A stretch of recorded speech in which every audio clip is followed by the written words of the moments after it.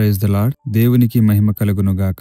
యేసు కృపా పరిచర్య YouTube channel చూస్తున్న మీకందరికీ యేసు క్రీస్తు నామములో శుభములండి. నేటి సజీవ వాక్కు కీర్తనల గ్రంథం 27వ అధ్యాయం 1వ వచనం. యెహోవా నాకు వెలుగును రక్షణయునయున్నాడు, నేను ఎవరికి భయపడదును.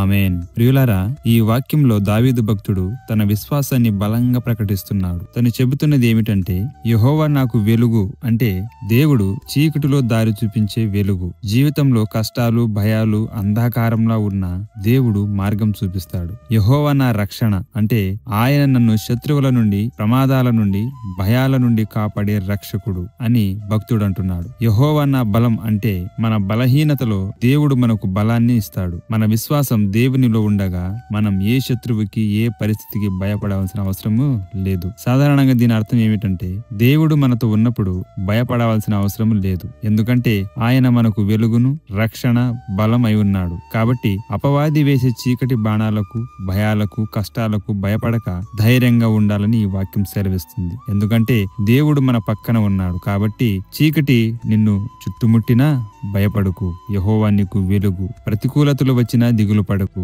ఆయన నీకు రక్షకుడు. బలహీనతలో ఉన్నా ధైర్యంగానే ఉండాలి. ఎందుకంటే ఆయన మనకు బలం. కాబట్టి ఈ రోజు ఈ వాక్యంతో మనలను బలపరిచిన దేవునికి మహిమ కలుగును గాక. ఆమేన్. ఈ వీడియో గనక మీకు నచ్చినట్లయితే లైక్ చేసి షేర్ చేయండి. మరిన్ని వాక్య సందేశాల కొరకు మన ఛానల్ ను సబ్స్క్రైబ్ చేసి ఛానల్ ను సపోర్ట్ చేస్తూ ఉండండి. దేవుడు మిమ్మల్ని దీవించును గాక. ఆమేన్.